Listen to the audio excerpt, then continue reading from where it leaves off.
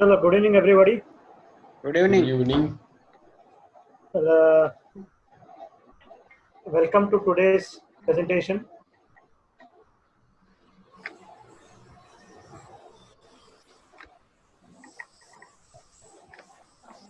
आज हम लोग बात करने वाले हैं कि पोस्ट कोरोना सेल्स में क्या-क्या चैलेंजेस हो सकती है। अभी इसमें काफ़ी सारे आर्टिकल्स है।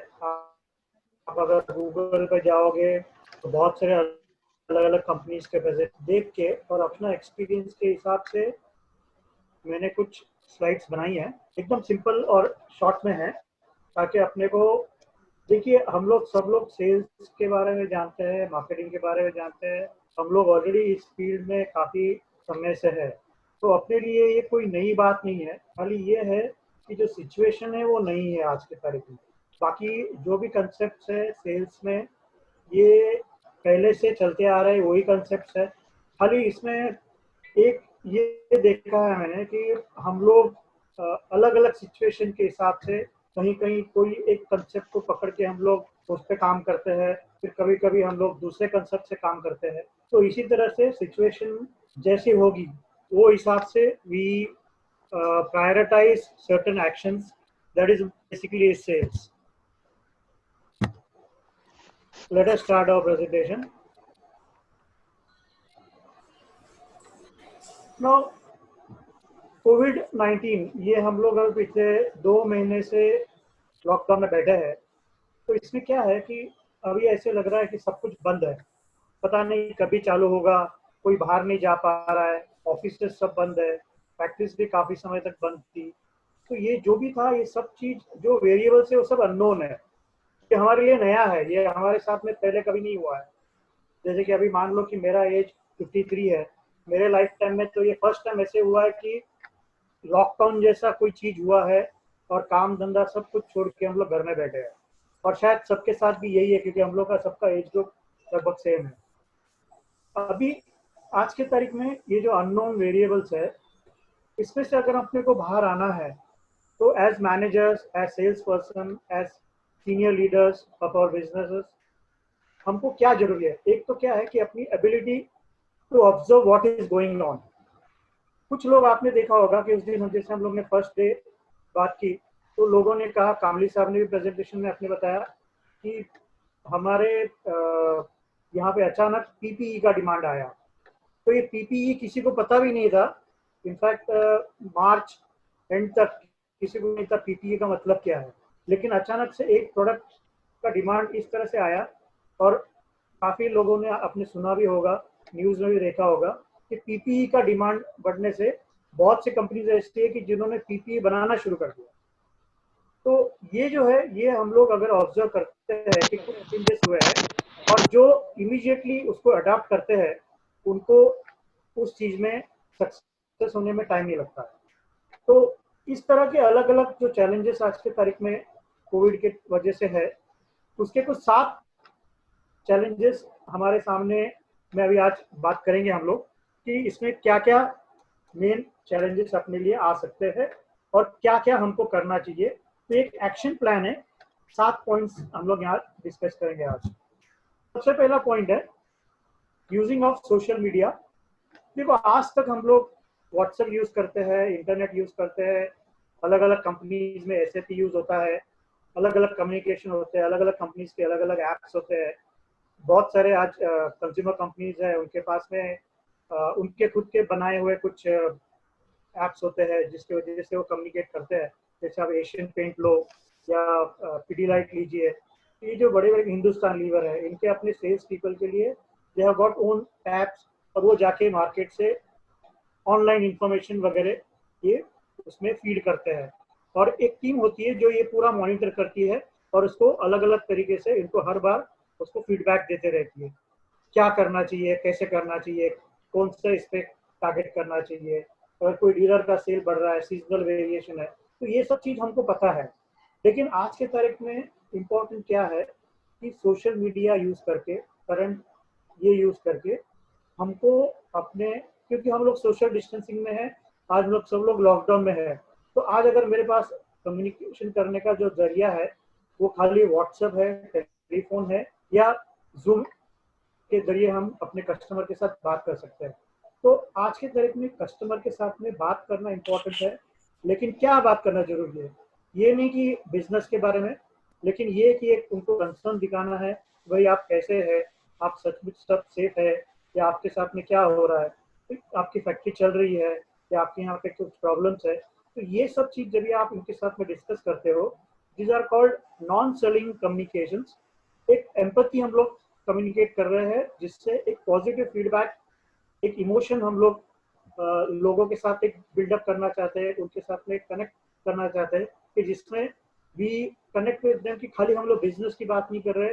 आज इस परिस्थिति में सब लोग को टेंशन है, तो हम लोग उनके साथ में एक आइस ब्रेकर के तौर पे बात कर रहे हैं कि आप कैसे हैं, ठीक है। तो ये जो है ये एक लॉन्ग टर्म जाता है, आपका एक पॉजिटिव एटीट्यूड कस्टमर को ये होता है कि भाई चलो, किसी ने मुझसे पूछा कि किसी ने मुझे पूछा कैसे हो। तो ये कम्युनिकेशन वेरी इंपॉर्टेंट है। सेकंड पॉइंट, जैसे हमने पहले बात की कि अपॉर्चुनिटीज तो बहुत है, लेकिन आज की जो एडवर्सिटी है, इसके अंदर अपने को न्यू अपॉर्चुनिटी ढूंढना पड़ेगा। अभी जैसे मैंने पीपीए का एग्जांपल दिया, वो भी एक अपॉर्चुनिटी है। इसके साथ साथ मार्केट में काफी सारे चीजें हैं कि जो आज के तारीख में लोगों को चाहिए। एक एग्जांपल आपको बताऊं कि जैसे कि आपने पढ़ा होगा या न्यूज में देखा होगा कि सब कुछ बंद है, सब कुछ लॉकडाउन में है, काफी लोग बेकार बैठे हैं। तो कुछ लोगों ने ये करना शुरू किया कि जो एसेंशियल्स बेचने शुरू कर दिए। अभी मैंने ये देखा कि हमारे इस एरिया में एक या दो भाजी वाले थे, लेकिन इस पीरियड में काफी सारे भाजी वाले आ गए। लोग मार्केट से, एपीएमसी मार्केट से भाजी लेके आते थे, कांदा, पटाटा, ये सब लाके अलग से बेचते थे। तो उन्होंने एक अपॉर्चुनिटी देखा कि लोगों को ये सब चीज लगने वाली है। यहाँ तक कि हमारे यहाँ पे पहले हफ्ते में ही एक बंदा ऐसा आया कि वो रास्ते से चिल्ला के आ रहा था कि 100 रुपए में 4 किलो कांदा। तो आज हम लोग को सबको कांदा चाहिए, घर में प्याज चाहिए, लेकिन वो घर पे कौन लाके देगा। लेकिन इस बंदे ने 100 रुपए में वो 4 किलो कांदा घर तक पहुंचाया। तो ये एक उसके लिए अपॉर्चुनिटी था। मान लो उसने इस एरिया में अगर 25 घर में पहुंचाया, तो उस दिन उसका 2,500 का इनकम हुआ। अगर आप 20% भी पकड़ते हो तो उसने कुछ नहीं तो 300-400 रुपए तो कमाए होंगे। तो एक उसके लिए अपॉर्चुनिटी था। ये एडवर्सिटी में उसने एक अपॉर्चुनिटी डिस्कवर किया, अपना खुद का नॉलेज से, अपने कॉम्पिटेंस से उसने ये चीज की। तो आज के टाइप में मार्केटिंग में जो विनिंग टीम्स हो गए, उनको अपनी चपलता दिखानी पड़ेगी, अपनी एजिलिटी दिखानी पड़ेगी, और इस तरह के अपॉर्चुनिटीज ढूंढने पड़ेंगे। तो ये जो है, ये इसमें कोई डिसीजन के लिए अपने को रुकना नहीं है, इसमें कोई भी कर सकता है। इसमें चाहे एक मामूली सेल्स पर्सन हो या कोई हो जिसने कुछ ऑब्जर्व किया, वो भी डिसीजन ले सकता है बेस्ड ऑन दैट, अपना विजन के हिसाब से, अपने एक्सपीरियंस के हिसाब से, अपने इंट्यूजन के हिसाब से we can find out such adversities में अपॉर्चुनिटीज क्या है। थर्ड एक्शन पॉइंट अपना हो सकता है कि हम लोग की जो बाइंग बिहेवियर्स है, वो हम लोग थोड़ा उसको ऑब्जर्व करें। देखिए आज के तारीख में डिमांड की क्राइसिस है, ठीक है। सोशल डिस्टेंसिंग में सब लोग बैठे हैं, हमारे पास में डिमांड बहुत से अलग प्रोडक्ट्स है। जैसे कि आज ऑटोमोबाइल की डिमांड बिल्कुल नहीं है, आज कोई घर खरीदने नहीं निकलेगा, महंगी चीजें नहीं खरीदने निकलेगा, लग्जरी आइटम कोई नहीं खरीदेगा, जो खरीदेगा खाली एसेंशियल आइटम ही खरीदेगा। तो ये जो चीज है, तो ये अपने को जो बाइंग एरियाज है, इसको मॉनिटर करके, इसमें से ऑब्जर्वेशन करके कंपटीशन क्या कर रहा है। आप अगर देखो कि जैसे अभी मैं हमारे कंपनी की बात करूं, तो मैंने सेकेंड वीक में जैसे ही लॉकडाउन हुआ, तो कुछ हमारे कंपटीटर के साथ मैंने बात की, उनको पूछा क्या कर रहे हो। तो किसी ने कहा कि नहीं भाई, अभी तक तो हम कुछ नहीं कर रहे हैं, हम लोग तो ऐसे ही बैठे हैं, हम लोग राह देख रहे हैं, पता नहीं कभी चालू होगा।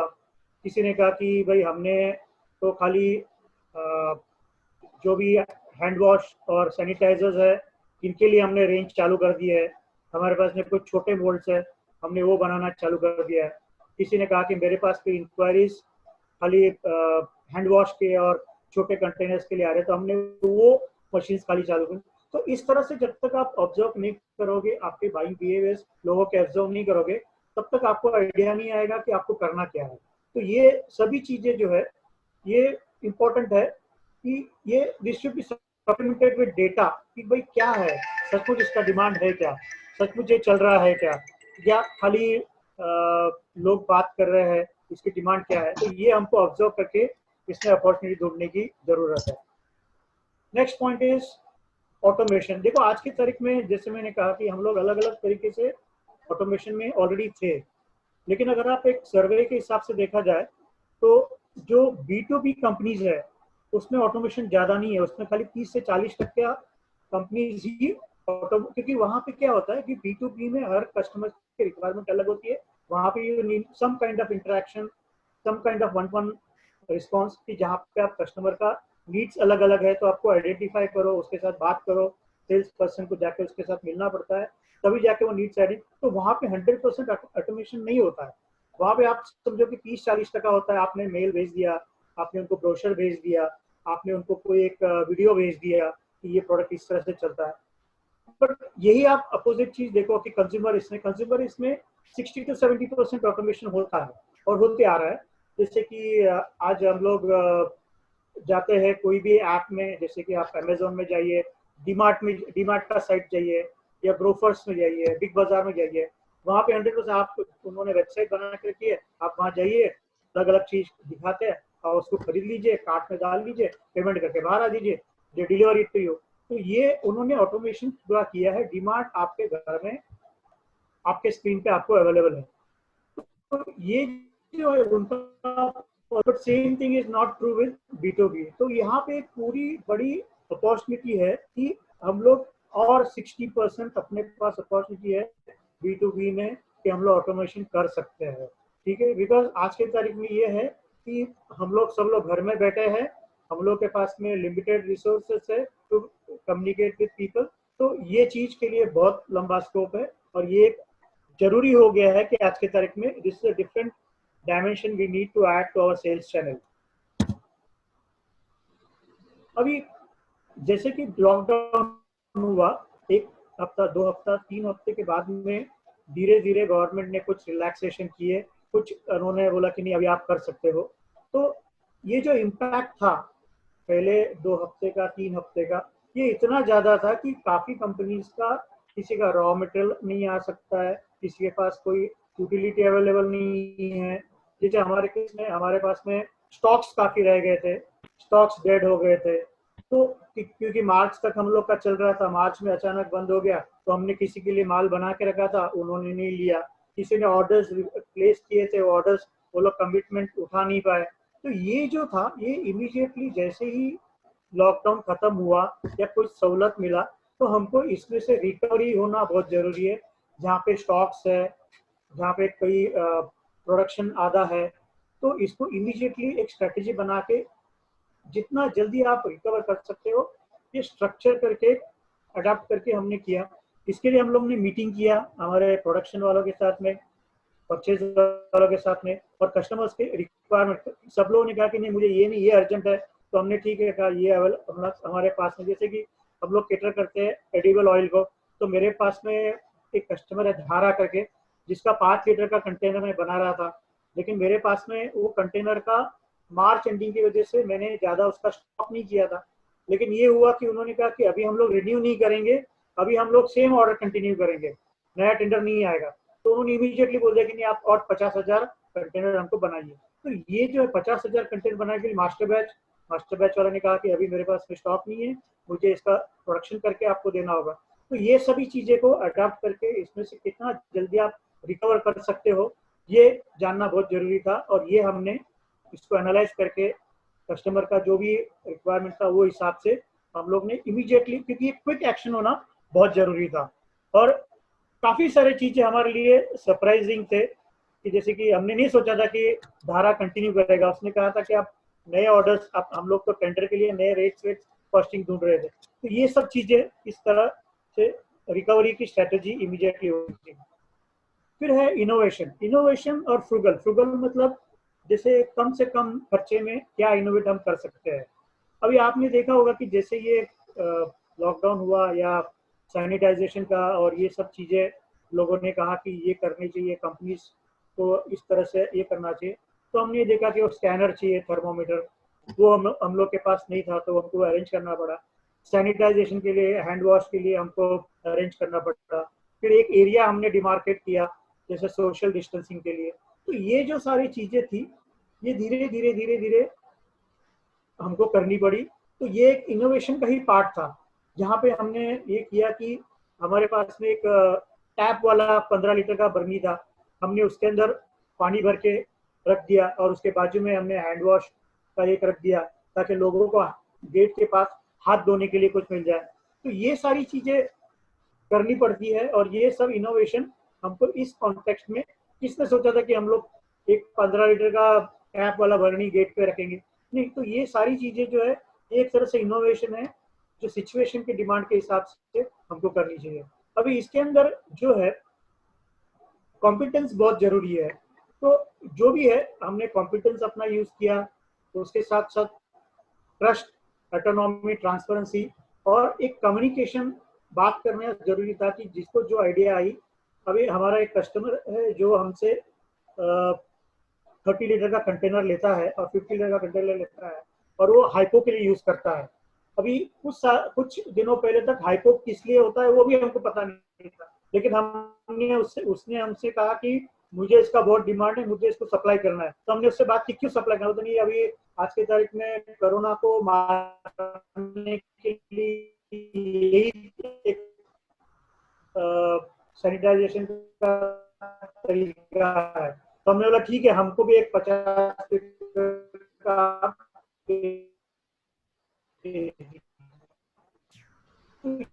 ये स्टार्ट कर दिया यूज कर। तो इस टोटली टीम का एफर्ट रहा, जिसमें जिसको भी जो इसमें कोई भी चीज इनोवेशन होने के लिए एक आदमी की जरूरत नहीं है, तो पूरा टीम का एफर्ट है, आपको फीडबैक दे सकता है। तो इट्स एन अपॉर्चुनिटी।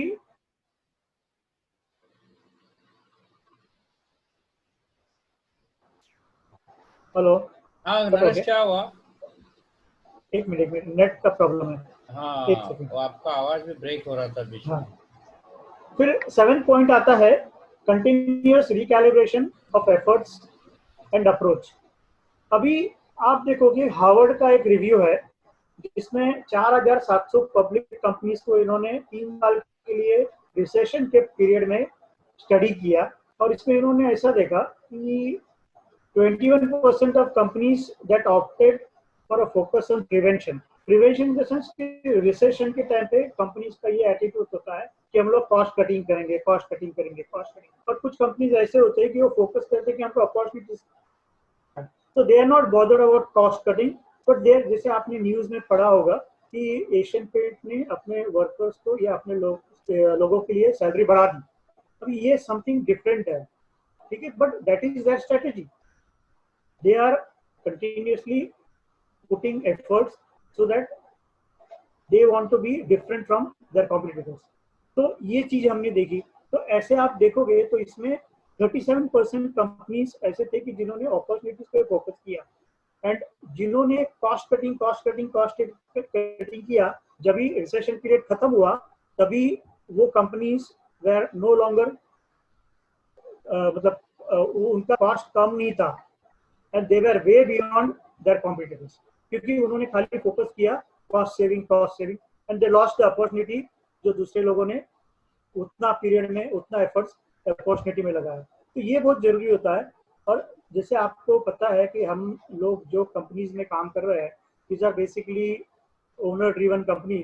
तो यहाँ पे ये आपको ध्यान में रखना होगा कि पता नहीं अपने मैनेजमेंट का फोकस किस तरफ है, are they on cost cutting और are they on looking this as an opportunity. So as a manager, as a senior leader, ये continuous recalibration approach का ये बहुत जरूरी है।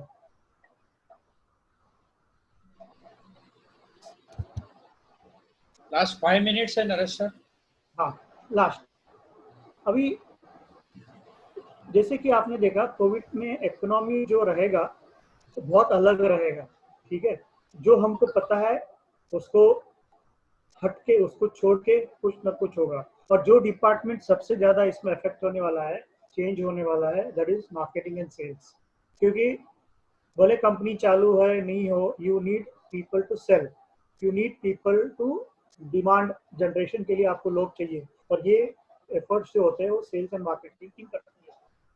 फिर इसमें रिकवरी प्लान, जो भी अपनी टीम्स है उनके साथ बैठ के आपको कुछ रिकवरी प्लानिंग करनी पड़ेगी। लोगों का परचेज बिहेवियर क्या है उसको एनालाइज करना पड़ेगा, क्या प्रोडक्ट्स आपके हैं, आप किस तरह से उसको अडाप्ट कर सकते हैं, न्यू मार्केटिंग प्लान्स क्या आपके होंगे, उसको आपको थोड़ा एलोबरेटली डिस्कस करना होगा। उसके साथ साथ सेल्स टीम के साथ बैठ के आपको पॉडकास्ट करना पड़ेगा, कस्टमर्स के साथ में, जो बड़े बड़े कस्टमर के साथ में बात करके अगर अपना कोई चीज उनको मिक्स मार्केटिंग मिक्स में आप उसको इंक्लूड कर सकते हो तो वो हमको देखना पड़ेगा। लेकिन अल्टीमेटली अपना गोल क्या होना चाहिए कि इंक्रीज द फेवरेबिलिटी। देखो आज के तारीख में हम लोग 30% या 40% पे ऑपरेट कर रहे हैं, कल तक हम लोग 90% 95% अपना ऑपरेशन था, लेकिन आज हम सबको केटर नहीं कर पाओगे, हम सबको केटर नहीं कर पाएंगे। हमको फेवरेबल जो लगता है, जिसके रेट्स अच्छे हैं, जो प्रॉफिट हमको दे सकता है, जिसका कन्वर्जन अच्छा है, वही कस्टमर को हम आज के तारीख में केटर कर सकते हैं। तो ये एक चैलेंज हमारे लिए है। ये पॉइंट में हम लोग जो बात कर रहे हैं सारे चैलेंजेस अपने साथ में है। एक तो recovery plan, new marketing plan कैसे इलॉबरेटली आप डिस्कस कर सकते हैं, मार्केटिंग मिक्स कैसे चेंज कर सकते हैं, favorability, improving conversion rate, ensuring that your companies are profitable. I'll take another 5 minutes. एक केस स्टडी मेरे को अच्छा लगा था तो आपके साथ शेयर करना चाहूँगा। ये है बॉस्टन कंसल्टिंग ग्रुप का, इन्होंने एक अच्छा दिया है, उसमें उन्होंने 4 ही पॉइंट में ये पूरा डिस्कस किया है जो हमने 7 एक्शन पॉइंट किए। उसने कहा respond immediately, you should respond to whatever is the situation, support customers immediately as soon as, whether it is pricing, product, जो भी हो, डिजिटल कम्युनिकेशन करो, जो भी है तुम्हारे साथ में, अगर तुम्हारे पास स्टॉक है उसको लिक्विड करो, सप्लाई एंड सर्विसेज के जो भी तुम्हारे एग्रीमेंट्स है उसको देखो, और जो सेलिंग वाले हैं उनको आप एक ये दे दो कि भाई आपकी अथॉरिटी, आप ये भाव में आप इसको माल निकाल दो। इमीडिएट एक्शंस के लिए उन्होंने respond and which must be done in next 2 to 4 weeks, ये उन्होंने कहा कि ये रिस्पॉन्ड की कैटेगरी में आएगा। सेकेंड पॉइंट उसने बताया रिफ्लेक्ट, तो उसमें एक मीडियम टर्म स्ट्रेटेजी बनाना, 3 से 4 महीने तक या 12 महीने तक अपना जो बिजनेस प्लान है उसको रिविजिट करो, जो भी डील्स है उसको ट्रैक करो, एचआर के साथ में बैठ के कौन चाहिए कौन नहीं चाहिए, सेल्स स्टाफ कितना कम करना है, रिड्यूस करना है, ऐड करना है, वो एक कर लो, कस्टमर्स के जो प्रायोरिटीज है सेगमेंट वाइज वो देख लो, कॉम्पिटिटिव लैंडस्केप क्या है, यहाँ पे कोई अपॉर्चुनिटी है क्या, या कोई कंपनी अपना एक जो कंप्यूटर आज नहीं कर पा रहा है बंद हो जाएगा, तो ये सब चीजें इसको देख लो। Third point is reimagine foundation momentum के लिए, डिजिटलाइज करो मार्केटिंग स्ट्रेटेजीज, आपने जो भी ऑफरिंग प्राइसिंग को अपडेट करो, जो भी तुम्हारा डेटा है CRM कस्टमर रिसोर्सेज मैनेजमेंट जो है उसको ये करो, ट्रैक एमर्जिंग ट्रेंड्स कुछ भी हो इमीडिएटली उसको कैच करो, and rebound is coming back and rebouncing from the ground again jumping. तो ये सब चीजें आपको, जैसे कि यहाँ पे दिया है कि ई कॉमर्स है या तुम्हारा डिजिटल सेल्स के through you can do it, कोई पर्सनलाइज अकाउंट्स को किसी के साथ में एंगेजमेंट करना होगा, joint marketing and sales practice करने होंगे। फिर ये सब चीजें करके आपको वैल्यू फोकस स्पिरिट्स और इसके साथ साथ आर्टिफिशियल इंटेलिजेंस और मशीन लर्निंग कैपेसिटीज को लेके प्राइसिंग वाइसिंग ये करके, या certain external factors internal factors, ये सभी चीजों को काम करके you have to set up a virtual commercial war room and create a cross-functional team to first execute rapid responses and then to identify, prioritize, pilot and scale long-term digital initiatives. और इसको आप summarize करोगे तो respond by engaging immediately and stabilizing the sales. Reflect on the fluid situation. जो है अपने आप को देखो क्या है, reflect situation क्या है, imagine करो और अपना innovation के हिसाब से एक momentum को वापस अपने आप को एक मोमेंटम में लेके आओ, और rebound by pivoting sales so that the teams can win when the crisis ends. तो ओल्ड रिलेशनशिप और न्यू रिलेशनशिप बीच में आपको एक जोड़ बनानी पड़ेगी और एक नए तरीके से आपको काम करना पड़ेगा। Thank you. Happy selling.